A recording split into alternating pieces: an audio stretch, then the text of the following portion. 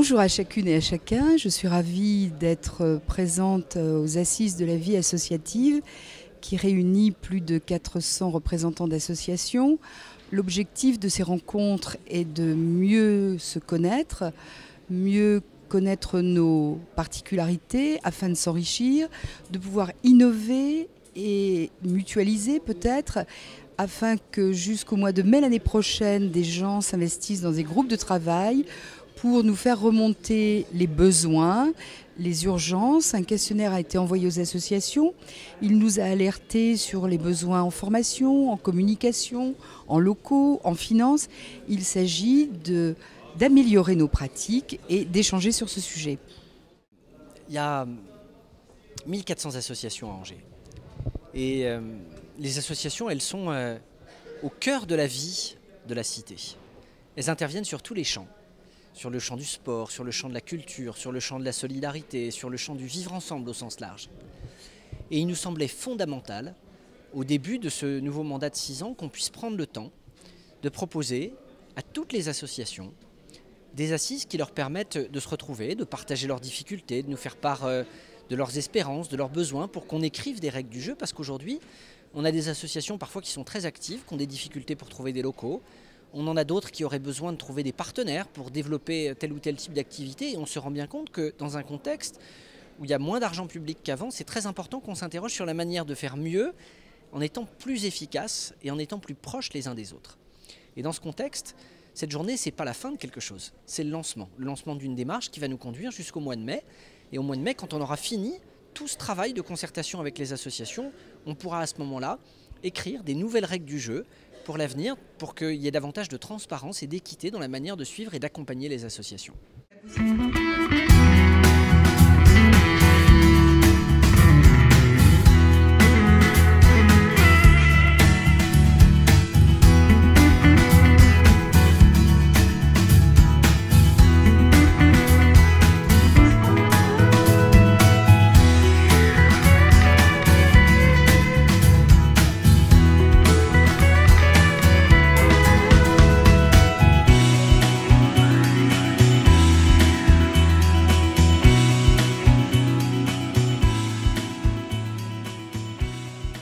Très bien, écoutez mesdames et messieurs, il me revient d'abord le plaisir de vous remercier de votre présence, nombreuse, y compris ceux qui se sont rajoutés à la dernière minute.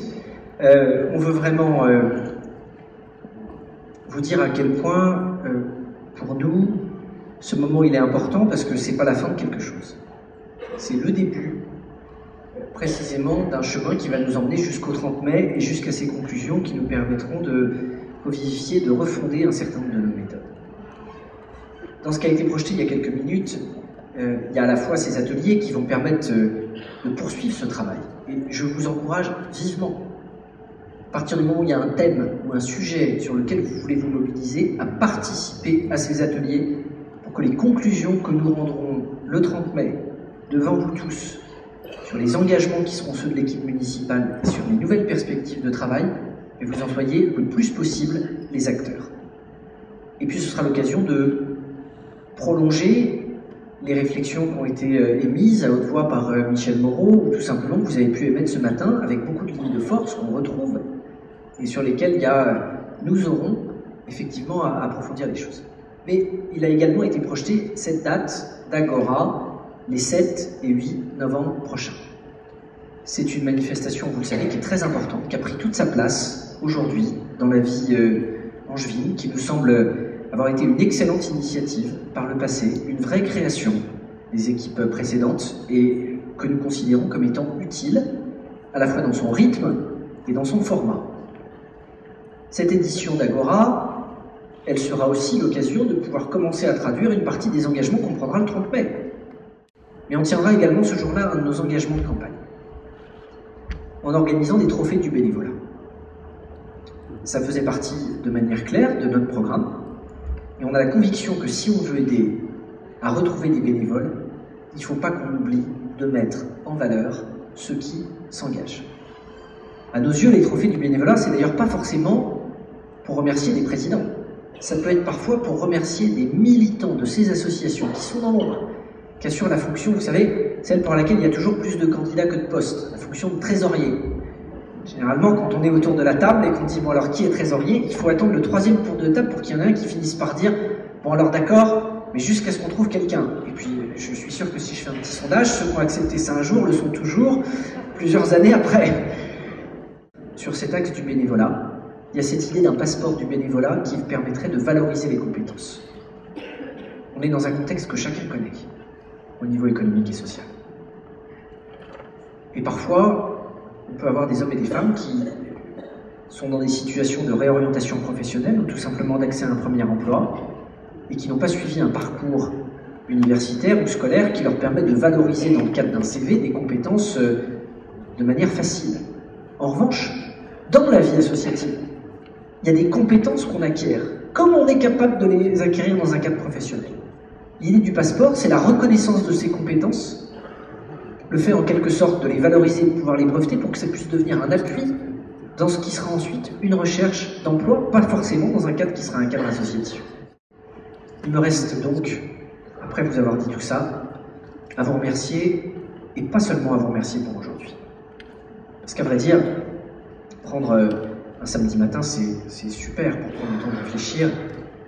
Ce qui me rassure, c'est que vous êtes à peu près encore aussi nombreux à la fin de la matinée qu'au début et que la plupart des échos que j'ai eus, ça a été pour saluer cette initiative et pour dire que ça faisait du bien de découvrir que des gens qui étaient parfois dans des champs très éloignés avaient finalement des préoccupations qui étaient des préoccupations communes. J'ai cru comprendre qu'il y a eu la rencontre ce matin entre un philatéliste et un rugbyman.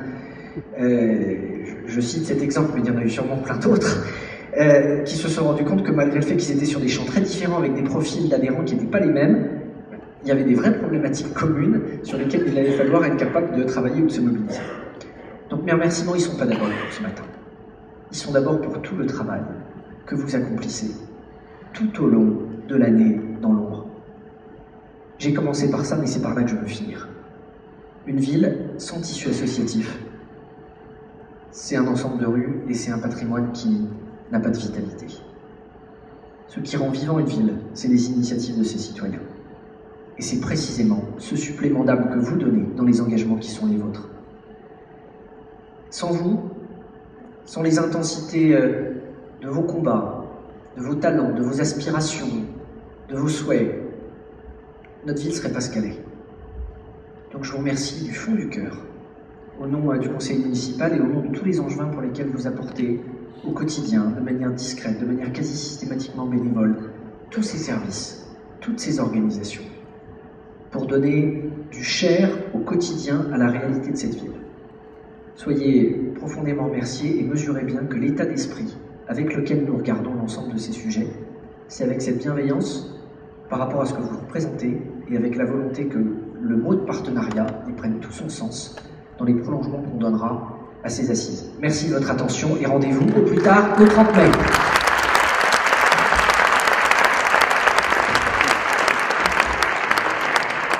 Et je vous demande d'applaudir avec moi toutes celles et tous ceux qui ont organisé cette journée. Je pense notamment aux animateurs du CCS, je pense aux salariés de la ville, je pense au personnel ici du centre des congrès qui ont évidemment donné de leur temps et de leurs compétences pour que ça fonctionne et qui eux aussi méritent d'être salués pour leur travail dans l'ombre à vos côtés. Merci à tous.